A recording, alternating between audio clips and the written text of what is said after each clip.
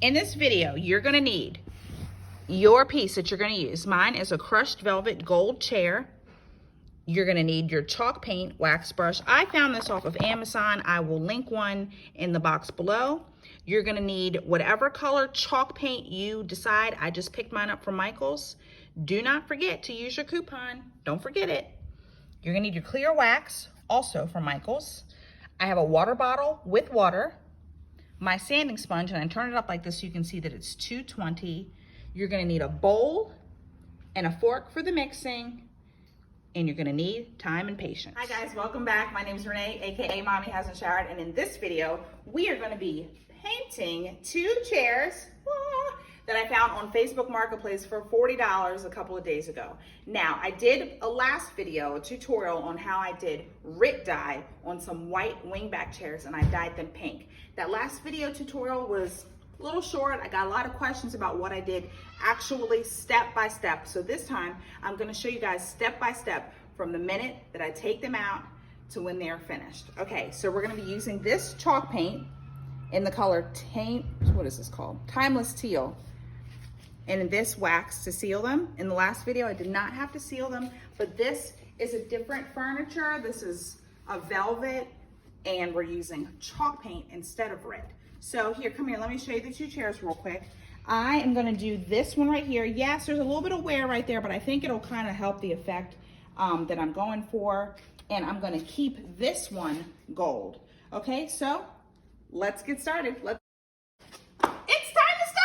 Paint, and I'm going to do about 4 ounces. I'm not measuring it exactly, but I'm eyeing it. This whole thing is 16 ounces. I'm doing 4 ounces. You guys can do the math. About 4 ounces of the paint, and then I'm going to mix it with 12 ounces of water in a bowl. So we're going to add our water in just like that, right on top of the paint. We're out here too. She's mixing. So now we're going to mix it. I just got a fork from the kitchen. Don't tell my husband. And we're just gonna mix it really good in the bottom. Make sure you're getting the paint. So you can see it's kind of like a chalky, looks like a chalky, milky blue right now. You see how the water is mixed in there good. Make sure we're getting it all even from the bottom. Mix that for about 10 more seconds. Mix it really good, get the bottom.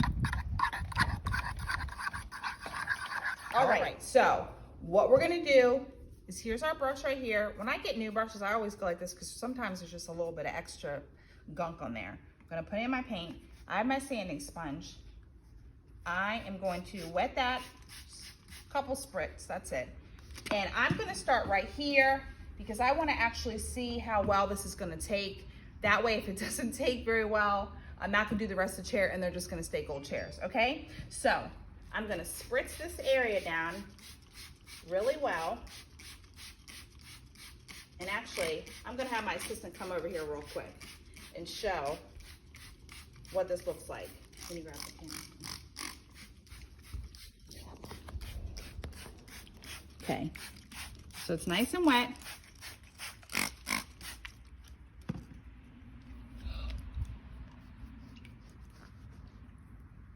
Okay, here we go. What a gorgeous color. Isn't that gorgeous? So once you paint that, what you're gonna do next is take your sanding sponge and you're just gonna kind of work it in here. Actually, that seems to be working a little bit easier. Downward stroke. Downward strokes. And then we'll do upward. And we'll do circles. I really want this to get down in there. I love this because it's making kind of like a green color. Okay. We're going to do another coat. It is a hot one out here today, so it is trying to dry really fast. So the reason that you want to use the sanding sponge is it's going to help it to not be crunchy when you sit on it. You don't want a crunchy couch. It's not appealing to sit on. Soak this up really good. Come back and really get in these crevices right here.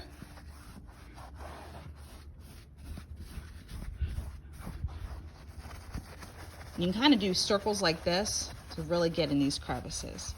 This is not so important because it's under the seat, but you kind of want to get your technique down before you move on to the parts that you're actually going to see, okay?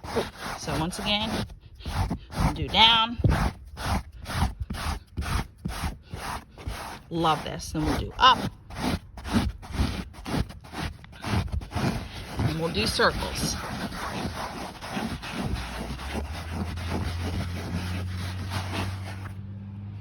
All right, guys, let's get on to the parts of the couch that you're actually going to be looking at. I am so loving how this is turning out. I'm going to do this part next.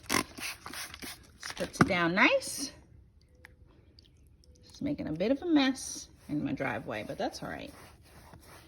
So we're going to get this. Now, obviously, people are going to be able to see the front. Now, if you get a piece that's super dirty, you're going to want to clean it like that. Probably could have tried to use my carpet cleaner and clean it, but I didn't. I might be regretting that in the end, but we will see. Might come off when I start to sponge sand it. So all you're gonna do is just get this, and I'm trying to work kind of fast because like I said, it's super hot here today and this paint is drying so fast. So we're gonna do downwards, upwards, circles, downwards, upwards, circles. Now, it is turning green, obviously. Let's see if I can get that off of the sponge. Oh yeah, it's coming off. I'm using a teal on a gold chair, but I have faith that with a second coat, it'll turn more of that teal color that I'm looking for. So I'm not really gonna worry about that, okay? I'm not working in huge sections because I don't want it to dry.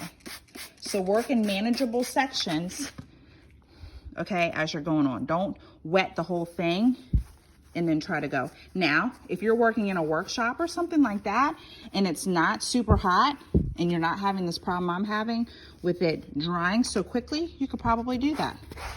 Maybe it wouldn't dry so fast and you could work in a larger section. Downwards, upwards, circles. Downwards, upwards, circles. I have a feeling I'm gonna absolutely love this chair. All right, let's start to do the other arm. And I'm probably gonna do this part last because of all the divots in there. I really, really, really want this to work out. I think I'm gonna love it. The very last piece I'm gonna do is the cushion because I'm gonna have to do one side. Actually, you know what? No, here's the plan. I'm gonna do one side and then I'm gonna let it dry. And then by the time I do the rest of the chair, then I'll come back and do the other side. That will work.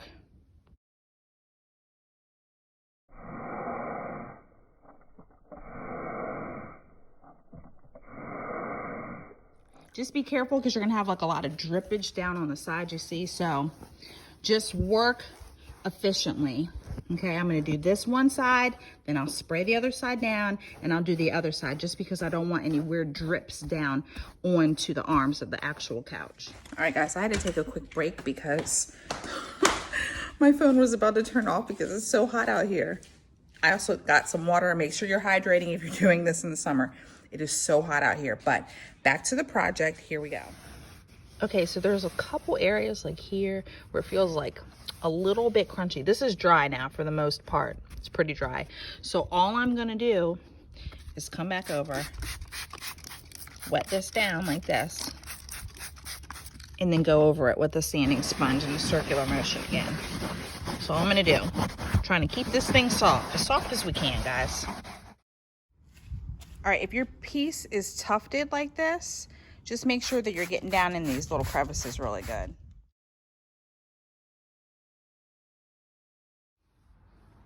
All right, guys, I'm gonna give this a scrub and then I need to go in and I need to refill my paint because I'm out. If you want to pre-mix it in a bigger bowl, which that means that you do 24 ounces of water and 8 ounces of paint. That would be okay too. I just wasn't sure how far it would go, but now that I know, I'm telling you this, that you can do it from the beginning. Okay, so I have to do one more arm, and then the other side of this cushion, then the other side, and then we're gonna do the back. And I decided that after we do this, I am going to run the hose over it just to see. Maybe I'll just do the cushion first just to see how it goes, but I really want it to be super soft. It's very soft up here. Still feeling a little crunchy over there, which kind of leads me to believe it's gonna be crunchy-ish over here too. Okay, so I have that all sprayed down. Just finish this up. All right, so we got the sides done. Color is gorgeous, I love it. It's like a warm teal, like antique teal color. I love it. And now we're just gonna do the back, and then I'm going to finish the rest of the cushion right there, and then I'm gonna pull the hose around and hose this bad boy down. Back. And I wanna show you guys something. So remember in the front, I was like, be careful that when you have the drip, so do you see how this like kind of drip down? So you wanna be careful that that doesn't sit too long. If it does, you just have to keep kind of going over it like this to get rid of that crevice where the drip is. Kind of work it, really work it in, and then it'll go away. Okay, and you can always spray it and add a little bit more water even after you sprayed it to kind of work that in and get rid of that drip, because you don't want that to show. Mine's probably going to be up against a wall, so it wouldn't show, but if you're going to have yours out in the open, that would be a problem. All right, guys, it is way too hot out here. I've been out here too long, so I think that I'm gonna try something different. I am not going to hose it down like I thought, because I do not want it to dilute the paint too much. Also, I don't feel like humping the hose all the way up the hill. So what I'm gonna do is take that same bowl of water, gently kind of pour it on and just scrub it with the sanding sponge. And I think that will work. I think, we'll see. Okay guys, so here we go. So I put my sponge in here. I'm gonna just pour like a little bit of water over the arm like this, and I'm gonna go in circular motions, just closer arm right here, so you guys can kind of see.